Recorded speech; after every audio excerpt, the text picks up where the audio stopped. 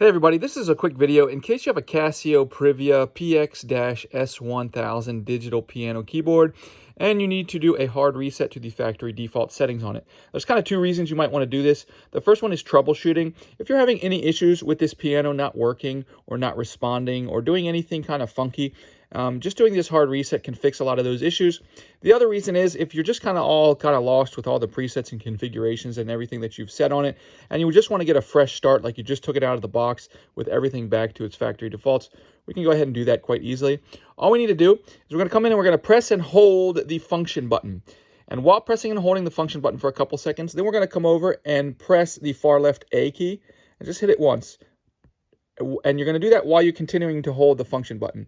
And if you hit this while you're holding the function button, the function light will start to blink.